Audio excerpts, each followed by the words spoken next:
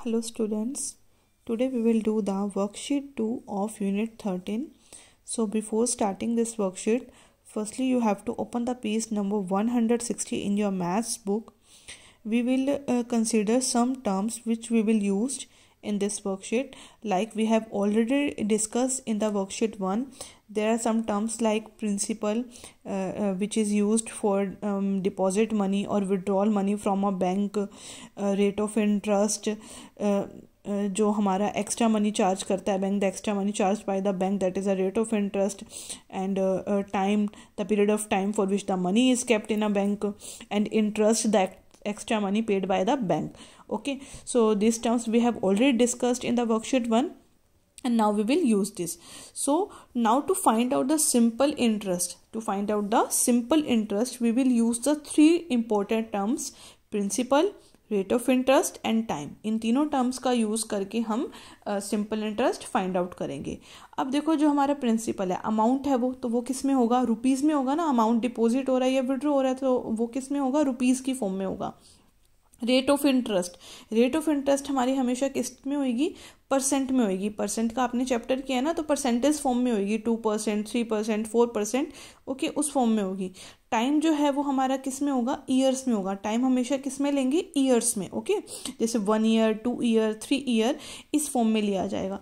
तो जब हमें ये तीनों टर्म्स गिवन होती है और हमें सिंपल इंटरेस्ट फाइंड आउट करना है, तो सिंपल इंटरेस्ट का हमारा फॉर्मूला हो जाता है, सिंपल इंटरेस्ट मतलब उसकी शॉर्ट फॉर्म हो जाती है SI मतलब simple interest.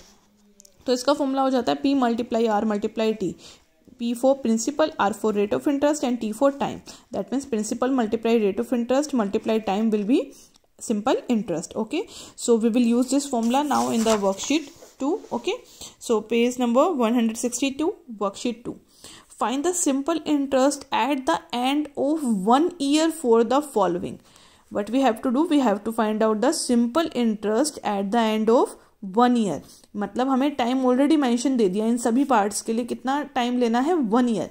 Eight the end of 1 year मतलब टाइम 1 ईयर गिवन है. अब अगर हम फर्स्ट पार्ट की बात करें तो ₹400. तो ₹400 क्या हो गया हमारा? प्रिंसिपल ना, प्रिंसिपल रुपीज़ फॉर्म में होगा.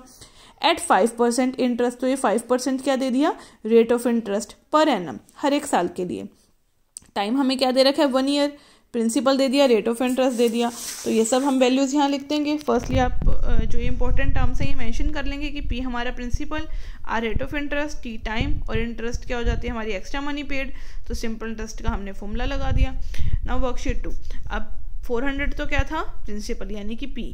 5% क्या थी? Rate of interest. तो 5% को सिंपल बना देंगे. 5% को हमने जब हटा दिया तो परसेंट रिमूव करते ही डिनोमिनेटर में क्या आ जाएगा? 100, मतलब 5/100. और टाइम कितना था? 1 year. Now we have to find out the simple interest. तो सिंपल इंटरेस्ट का फॉर्मूला लगा देंगे, P × R × T.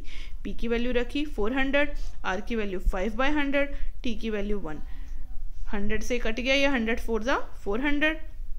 तो न्यूमरेटर में क्या बचा? 4 × 5 × 1 यानी कि ₹20. ओके, सिमिलर है इसके आगे पार्ट. हम सभी पार्ट्स इसके नहीं कर रहे हैं. Now we will do the part D of this. ₹3200 at 6/1/2%.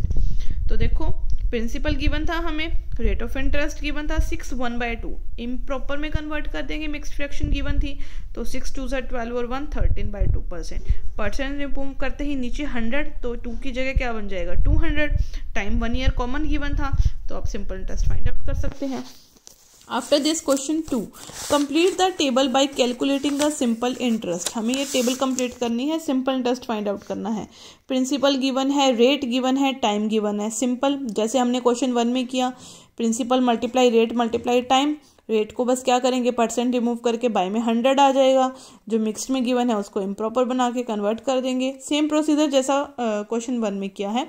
So you have to do this question in your book. After this question 3, solve the following question. A man deposited ₹4,500 in a bank. Deposited, अब इतने रुपए उसने deposit किया, तो मतलब ये क्या है? प्रिंसिपल है.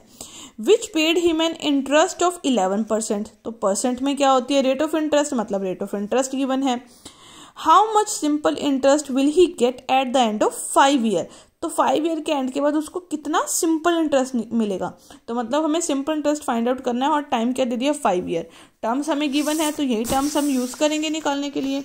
सो फर्स्टली प्रिंसिपल क्या था 4500, रेट ऑफ इंटरेस्ट 11% मतलब 11/100, टाइम 5 ईयर था। तो सिंपल इंटरेस्ट आप कर सकते हो, P into R into T, values put करोगे आ जाएगा हमारा आंसर, कट कर देंगे हम।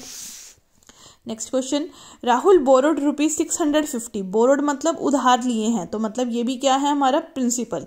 फ्रॉम सोहन एट 8%, सोहन से लिए 8% इंटरेस्ट, मतलब रेट ऑफ इंटरेस्ट दे दिया ना 8%। Find the simple interest Rahul has to pay Sohan after 1/2 year, तो ईयर मतलब ये टाइम दे दिया, प्रिंसिपल, रेट ऑफ इंटरेस्ट और time. So principal is 650, rate of interest is 8% मतलब 8/100 एंड टाइम इज 1/2 ईयर मतलब 4 2 8 और 1 9/2 year. After this then simple interest का formula P into R into T, values put करेंगे, cut कर देंगे तो answer आ जाएगा 234। नेक्स्ट क्वेश्चन है, रामलाल बोरोड ₹3000 फ्रॉम अरुण, अरुण से 3000 बोरो करता है, मतलब प्रिंसिपल दे दिया 3000 to purchase a tractor, tractor खरीदने के लिए। Arun charge him an interest of 1/2%, अब अरुण उतने का चार्ज करता है तो परसेंट में क्या है rate of interest. How much simple interest will Ramlal पे टू अरुण आफ्टर 3 ईयर्स, तो 3 साल के बाद वो अरुण को कितने रुपए देगा, कितना सिंपल इंटरेस्ट देगा, तो मतलब टाइम भी दे दिया हमें 3 ईयर्स।